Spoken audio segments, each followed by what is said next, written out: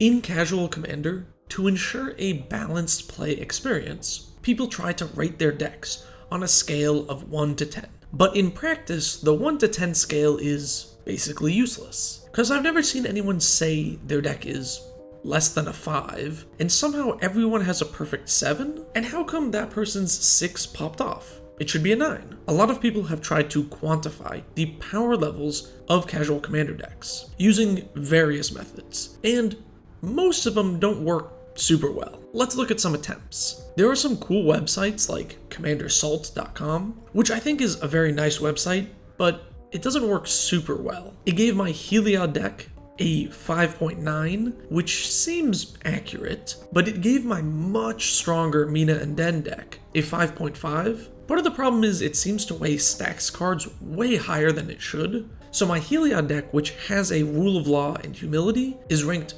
higher than my much stronger Gruul deck. Play EDH abandons the 1 to 10 scale entirely and puts decks into 4 categories. I honestly think they're kind of on the right track. I'm going to be recommending something sort of similar. I've also seen lots of charts and graphs that people make, but none of these are perfect. And the reason is restrictions or individual cards or individual data points are not great ways to analyze power. Any one small factor doesn't tell you the whole story.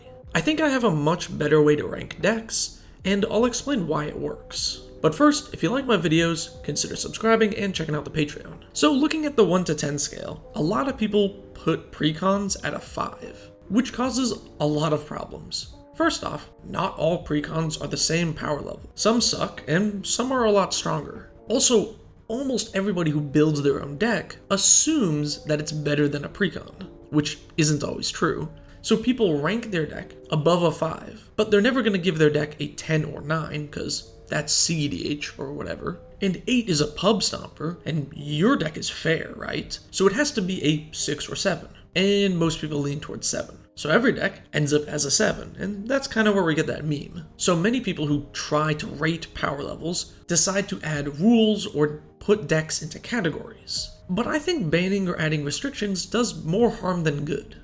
Let's start with budget. A lot of people say budget is a good way to restrict power level. But let's say I have a precon, and I add City in a Bottle to the deck. Well, now it's pretty expensive. But in all likelihood, the deck is probably worse. And what if I added Juzum Jin? That would make the deck even more expensive, and probably even worse. If we had a budget restriction, someone couldn't play an Arabian Nights theme deck, which probably won't be too strong for any playgroup, or just upgrading the mana base. I know some people who play precons, but they're longtime players who have fetches and duels, and they just swapped out the tap lands. This only slightly powers up the precon, and ultimately won't make it that much stronger. Or let's say somebody opened a random card like a Doubling Season, and they want to put it in their deck. Maybe they're a new player and they just cut a basic land for it. Not only does that increase the price of the deck significantly, but it might not improve the power level. Going down on lands might seem like a good idea initially, but can ultimately hurt your deck in the long run. Also, if I just Google budget CEDH deck, which is a bit of an oxymoron, because if you're playing CEDH, you should just proxy, but any random $100 budget CEDH deck would probably wipe the floor with an upgraded precon. Another rule people try to add is no combos. And this one is really dumb. A hard ban on combos is really restrictive. Saying that Oracle Consult combo is the same thing as a 5-card jank combo is just wrong. They're totally on different power levels. And many decks can have infinites made up of cards that are just synergistic and good in the deck. My Gruul deck has an infinite. If I have Sylvan Safekeeper, Spelunking, Valakut, Splendid Reclamation, and a Mirror Pool in play, plus enough mana to cast and copy the Splendid, and a utility land to pay for the colorless mana, the combo is in the deck because all the cards are individually good in the deck, not because it's a combo deck. This combo almost never comes up in a game, and has nothing to do with why the deck is strong. And banning combos makes certain strategies significantly more powerful. Life gain strategies become way stronger when nobody can deal infinite damage. Also, banning combos means some random 5-card infinite is banned, but a Contamination lock would be legal. And then is Decree of Silence plus Solemnity a combo? Because it's a lock, but not a perfect lock. Beevuu or something uncounterable like Void Rend could get out of it. So it doesn't end the game, and a player might have an out.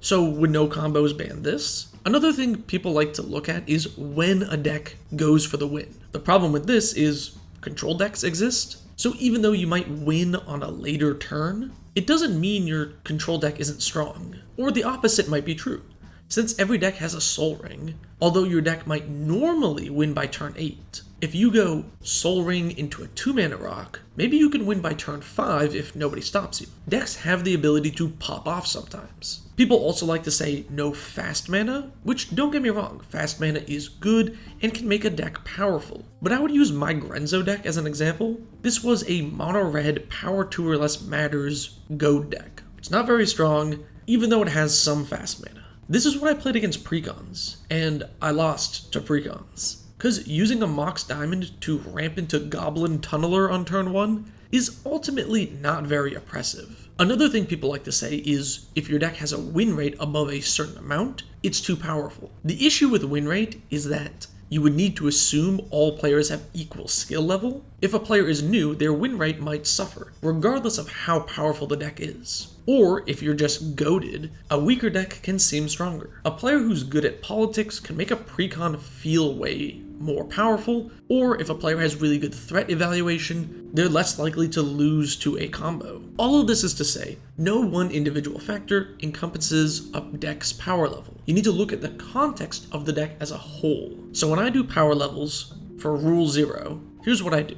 I put decks into 4 categories, kinda like how Play EDH does, but mine are different. At the top, I have CEDH. This is a very specific type of deck. No, that player who said their deck was a 7 but won on turn 6 is not playing a CEDH deck. A competitive commander deck is one that can do one of 2 things. Either threaten a win by turn 3 somewhat consistently, or is ready to stop at least 2 opponents from trying to win by turn 3 consistently. This means you need to have some way to win quickly, or you max out on free interaction to stop a fast win, or you play stacks pieces to slow down the table as a whole. One piece of fast mana, or one free counterspell, or one random combo does not make a CEDH deck. The key point is consistency. You need to max out on these spells so your deck will have these in hand often. Many decks can win early if they have the perfect hand. CEDH decks get that quote-unquote perfect hand consistently. Now let's drop down a tier to high power. Say you don't have fast mana, but you still play efficient or hard to deal with cards. Maybe a Storm combo, Oracle combo, or stacks pieces. Or maybe you're playing win cons that are more easy to deal with, but you have the fast mana to power them out. Think Mana Crypt into Cultivate. Or maybe you're playing powerful win cons that are just a bit too weak or slow for CEDH. This is where I put stuff like Mass Land Destruction. People often say these types of cards are CEDH, but honestly they're too slow for competitive commander, because the 6 mana plus ones are just too much mana, and those that just blow up lands don't actually slow decks down that much if they have all the best mana rocks in the game and only need 4-ish mana to win. Another example of a win con that is strong but too slow for competitive would be Reanimator, but not the kind where you get Hulk and win. Think more like a turn 3 Jin Cataxis or Sire of Insanity type deck. Powerful, but it doesn't actually win on the spot, and they might not have the free interaction to back it up. Now I'm going to drop down 2 tiers to the bottom. These are low power decks, jank decks, whatever you want to call them. Remember the Arabian Nights theme deck I mentioned earlier? That could go here. Low power or jank might feel like a negative term, but I really don't mean it that way. Power isn't everything. I appreciate all of the art by one artist decks, or my friend's metal music themed deck, or whatever other silly theme you can come up with. Decks that put flavor over gameplay. These are totally fine to play. Just be warned, they can struggle against other decks not within their tier. So what's the last tier? Well, everything else. Mid power is where almost every deck lands. The funny thing about the every deck is a 7 meme is that every deck is a 7, or at least they can be. Very easily, you might not even need to change anything in your deck. Basically, if your deck has a reasonable amount of card draw and removal, you should be able to win 25%-ish of your games in pods with other decks that are the same. This includes decks that have combo, mill, or one-off strong cards. Ultimately, if your deck tries to set up their power play, not necessarily a win, around turn 5 or later, every deck should be able to handle it by that point. Let's say you're playing in a pod and some mill deck just crushed everyone. Before you start saying, mill should be banned, and that deck is a 12 out of 10 CDH deck, how could they pub stomp like this? Let's stop and think. What happened that game? Did they hit a turn 1 Soul Ring and play their commander super early? Did someone use removal on a random creature instead of the archenemy player? Was the archenemy player able to politics the table into focusing on someone else? After all, they are a mill deck. Perhaps some players didn't want to attack them because they weren't attacked. This is a real thing that happens. Players, for some reason, overweigh the power of random creatures. Quick storytime tangent.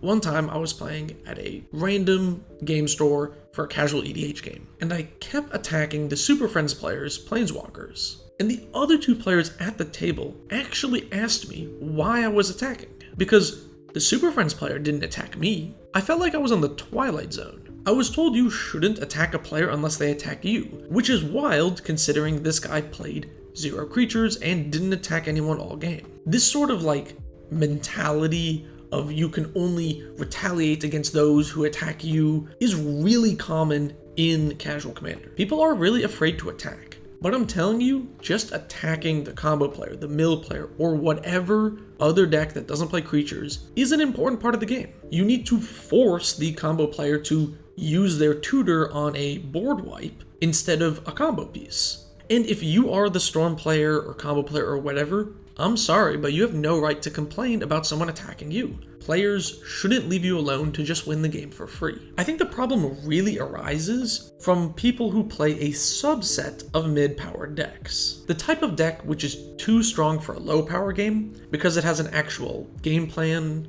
but they play no interaction or very little interaction. I've met players who will say they have no way to exile graveyards, remove artifacts, or remove enchantments. They just play 2 board wipes and call it there for removal. Then their deck cannot beat any card which is not a creature that slows down attacks. Sometimes correct threat assessment, just being more aggressive with your attacks, can change the dynamic of a game and fix power levels. Sometimes you do need to change your deck. If an Ensnaring Bridge or Leyline of the Void is going to ruin your day, perhaps you should play some non-creature removal, or maybe a counterspell. I'm a big fan of 10-ish pieces of spot removal, plus a few board wipes minimum. Depending on how much card draw or tutors you have, you can go down on the amount of spot removal. I know a lot of people just want to cast spells, tap out, and not have to think about anything else. And some people might say these decks should have their own tier, but the problem with that is Magic has way too many ways to win, lose, or play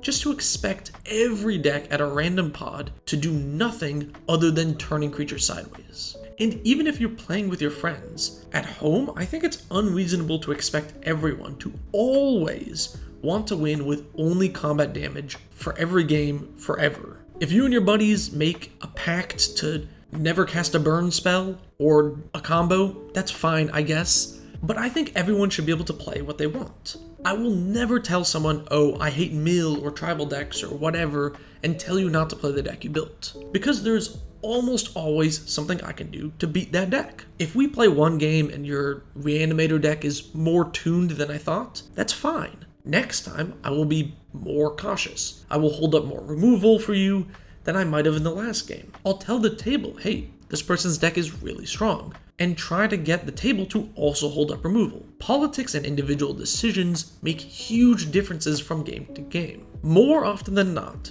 everyone's losses, mine included, are your own fault, not some evil cabal of pub-stomping CDH players. Maybe they got a fast start. Maybe you drew a bad hand. Maybe the first draft of your deck isn't the flawless masterpiece you think it is. So next time, if somebody asks you, is your deck a 7? Say yes, because they're also playing a 7. And everyone else's is also a 7. And everyone at the store has a 7. Some of them just might be a 7.2 or a 7.5. There are slight differences, those do exist, but overall, between the table, it should be manageable. But as always, let me know what you think. Is there a real difference between a power level 5, 6, and 7, or a 6.37? Let me know in the comments below. Thank you so very much for watching, and special thanks to my patrons. Tier 3 patrons are here on screen. If you want to be in the credits, check out the Patreon.